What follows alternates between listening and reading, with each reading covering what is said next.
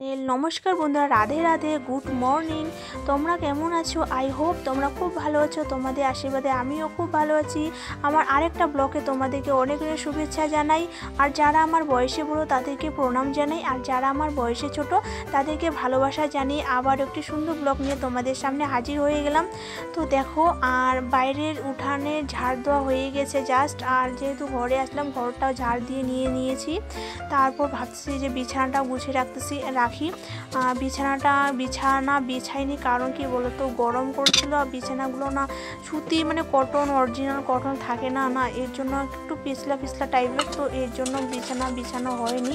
তো বিছানাটা বেছে নিয়ে নিব, যেটা পাতলা বিছানা সেটাই বিছিয়ে নিয়ে নিব পরে।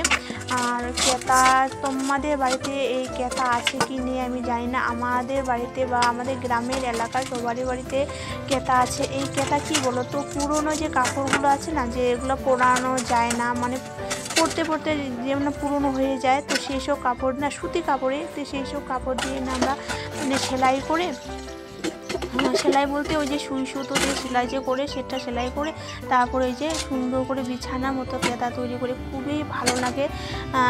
আমি জানি কি বলতো, গ্রামে বা বাংলাদেশে এই কেতাটা বেশি প্রচলন হয়। কি বলতো, ওরা না সুন্দরভাবে কাপড় তৈরি করে, মানে সেলাইয়ের মাধ্যমে, হাতের সেলাইয়ের মাধ্যমে কি সুন্দর করে নকশি কাঁথা না কি বলে, ওগুলো কি সুন্দর করে সেলাই করে। খুবই ভালো লাগে। আমার কথাগুলো আটো হয়ে যাচ্ছে, তোমরা কিছু মনে করো না। তো দেখো, সেলাই করে না খুবই ভালো লাগে। মানে বাংলাদেশের মানে মাসিদের, কাকিমাদের দেখি সেসব বানাতে খুবই ভালো লাগে। কিন্তু এখন না সব ওই যে মেশিনের হয়েছে না, আর মেশিনের জন্য হাতের কাজ জন্য কোথাও হারিয়ে গেছে। আর আমি যখন স্কুলে পড়েছিলাম, তো স্কুলের ম্যাডাম আমাদের ওয়ার্কেশন মানে হাতের কাজ নিয়েছিল, ওই যে সেলাই, অনেক রকম সেলাই।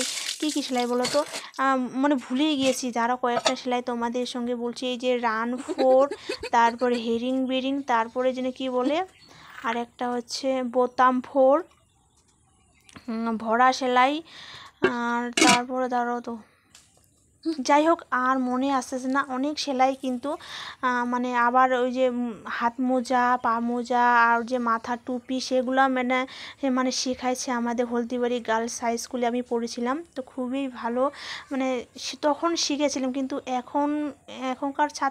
এখনকার স্কুলে বা ছাত্ররা শেখায় কি না সেটা আমি জানি না। কিন্তু আমাদের যখন স্কুলে পড়েছিলাম, কিন্তু আমাদের ম্যাডাম এগুলো আমাদেরকে শিখাইছে। পিটি মানে ব্যায়াম ওগুলো শেখাইছে। খেলাধুলা খুবই করতাম।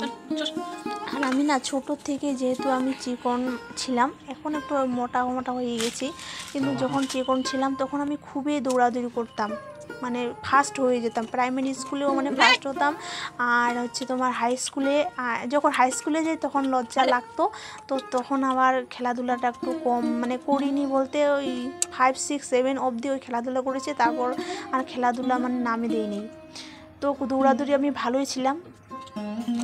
যাই হোক, একটা কথা মনে পড়ছে, সেই মাস্টারটার কথা। যখন আমি না প্রাইমারি স্কুলে পড়তাম না, তখন একটা মাস্টার আমাকে খুবই ভালোবাসতো। কারণ কি বলতো, আমি না দৌড়াদৌড়িতে ভালো ছিলাম। তো সেই জন্য আমার না, যখন ওই যে খেলাধুলা মানে হয়, এটা কি মানে ঠান্ডার দিকে যখন খেলাধুলা হয়, তখন তো অন্যান্য স্কুলে মানে কয়েকটা স্কুলে মিলে তো খেলাটা শুরু হয়। তো একটা মাঠে নিয়ে গিয়ে তো প্রতিযোগিতা শুরু করে। তো আর আমি না ফার্স্ট হতাম। কিন্তু তখন দৌড়াদৌড়ির আগে আমার স্যার কি বলছে, স্যার না খুবই পা টিপে দিত। কারণ কি বলতো, তখন তো ছোট ছিলাম না, তখন মানে স্যার খুবই ভালো ছিল। সেই হেড স্যার, সেই স্যারটার নাম হচ্ছে জীবন স্যার। খুবই ভালো ছিল স্যারটা। হয়তো স্যারটা যে এখন আছে কি না, তো যেখানে থাকুক সেই স্যারটা খুব ভালো থাকুক, সুস্থ থাকুক। আর কি বলতো, যখন আমরা ছোট ছিলাম তখন কিন্তু আমাদের সেই সময়ে মানে খেলাধুলা মানে বাল্য জীবনটা খুবই ভালো ছিল। আর এখনকার বাচ্চা কাচ্চা কিন্তু খেলাধুলার এতটা মন নেই। ওই যে এখন মোবাইল নিয়ে সবাই ওই যে মোবাইলে গেম কত কিছু খেলে, কিন্তু বাস্তব যে প্রকৃতির একটা খেলাধুলা সেটা কিন্তু এখনকার বাচ্চারা খেলে না। কিন্তু আমরা স্কুলে তো খেলেছি, তার সঙ্গে স্কুল থেকে আসার পর এই যে আমাদের মাঠে গ্রামে খুবই যে কি বলবো, আর খুবই খেলেছিলাম। তোমরা হয়তো খেলেছো কি না তো অবশ্যই তোমাদের কি বলতো প্রত্যেকটা মানুষদের না, প্রত্যেকটা মানুষদের একটা ছোটোবেলার যে স্মৃতি থাকে না, সেটা স্মৃতি মানে সেই স্মৃতিগুলো কোনোদিনও ভোলা যায় না, তাই না? তো খুবই আমরা এনজয় করেছিলাম, খুবই আনন্দ করেছিলাম।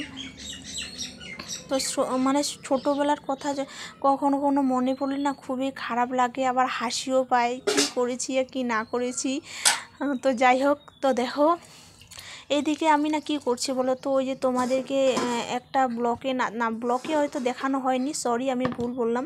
আমি না কয়েকদিন ধরে 2 সপ্তাহর কম হবে, মানে 8-9 দিন এরকম হবে, আর 9 দিন বা 10 দিন 12 দিন এরকম হবে, 12 দিনও হবে না, 8-9 দিন এরকম হবে। তো দেখো এই যে আমি মা ওই যে দুধ যে গরম করে এই যে সরগুলো না উঠে রেখে দিয়েছি, এটা ঘি বানানোর জন্য। ফার্স্ট টাইম আমি করছি, আমি জানি না হবে কি না, তো ফার্স্ট টাইম তোমাদের সঙ্গে আমি শেয়ার করছি। আর কি বলো তো, যখন আমি কোনো কিছু নিত্য নতুন রেসিপি বা কোনো কিছু করি তো তোমাদের সঙ্গে অবশ্যই শেয়ার করি। তো দেখো আমি আজকে ঘি তৈরি করছি। তো এভাবে আমি ইউটিউবে ভিডিও দেখেছি যে এরকম নাকি করে, যে যখন পুড়ে যাওয়ার মতো হবে তখন নাকি ঘিটা বের হয়। তো যাই হোক দেখো এরকম করে ঘি বের হয়েছে, কিন্তু অল্প যেহেতু না মানে ছোট টিফিন দিয়ে 1 টিফিন হয়েছে, যে দেখো অল্পটুকু হয়েছে ঘি। আর দেখো কত বড় মানে বোতল বৈরমটা নিয়েছি, আর ঘি হয়েছে অল্পটুকু। তো কি বলবো, যেহেতু কাচের মানে বৈরম মানে বোতল বৈরম না বোতল বলে যেন, যাই হোক আমরা তো বৈরম বলি, তো কাচের বৈরম যেহেতু নেই, তো এই কাচের বৈরমটাই বড়, তো এই কাচের বৈরমটাতে আমি বৈরমটাতেই রেখে দিলাম, কাচের জারটাতে রেখে দিলাম। তো তারপর দেখো আমার এদিকে ঘি বানানো হয়ে গেছে, আর এইদিকে দেখো আমি রান্না বান্না করে নিয়ে নিলাম। এই যে ভাত হয়ে গেছে, আর মাছ ছিল 2-1টা, কালকে যেহেতু মাছ নিয়ে এসছে রাত্রে, তো মাছ ছিল কয়েকটা, ভাজা মাছ রেখে দিয়েছি। তো দেখো এই যে মাছ চিংড়া আলু দিয়ে একটা করেছি, আর পটল ভাজা করেছি, জাস্ট এটাই হবে খাওয়া দাওয়া। তো চলো, গরম কিন্তু প্রচুর করছে, একটু হাওয়া করলেই কিন্তু গরমটা কিন্তু ভালোই করছে। তো গরম করলেও কি হবে বলো তো, রান্না করে আসলাম না, তো আবার গরম তো লাগবে, তাই না? তো দেখো সন্ধ্যা হয়ে গেছে, খাওয়া দাওয়া হয়ে গেছে, এখন যে মানে বিছানাটা বিছানাটা বিছিয়ে নিচ্ছি, কারণ দেখতেও খারাপ লাগতেছে, যেহেতু ভিডিও করছি তো ভালো লাগছে না। তো শর্টস ভিডিও বানালাম, শর্টস ভিডিও বানানো ওর পর মানে প্রচুর ঘেমে একাকার হয়ে গেছি। তো এখন এই যে হাত মুখ ধুয়ে আবার আসলাম, এসে যে বিছানাটা মানে পেতে নিচ্ছি। তো চলো বন্ধুরা, আর বকবক করবো না, এখানে আমি আমার ব্লগটি শেষ করছি। তোমরা যে যেখানে আছো খুব ভালো থেকো, সুস্থ থাকো, কালকে একটি সুন্দর ব্লগ নিয়ে আসবো, ততক্ষণে সাবধানে থেকো। আর যারা আমার চ্যানেলটি এখনও সাবস্ক্রাইব করনি অবশ্যই সাবস্ক্রাইব করে আমার পাশে থাকবে। আর যারা সাবস্ক্রাইব করেছো তাদেরকে তো কি বলবো, খুব খুব খুব ভালো থেকো, সুস্থ থাকো, খুব তোমাদের আদর জানাই। তো দেখো চটপট এই যে হয়ে গেছে আমার বিছানা।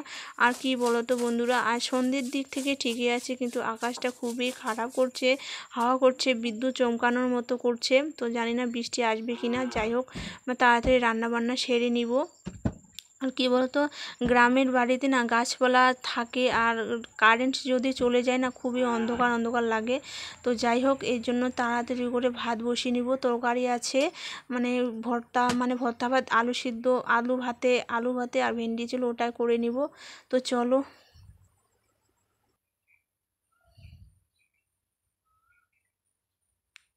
তো দেখো বন্ধুরা, এখন বাজে 9টা, খাওয়া দাওয়া কিন্তু এখনও হয়নি, জাস্ট রান্না করে উঠলাম। দেখো আর কারেন্ট চলে গেছে, প্রচুর হাওয়া হচ্ছে, তোমাদের হয়তো মানে দেখাতে ভালো মতো পাচ্ছি না। তো চলো বন্ধুরা, দেখতে পাচ্ছ খুবই হাওয়া করছে, এখন খাওয়া দাওয়া করবো, জানি না কারেন্ট আসবে কি না।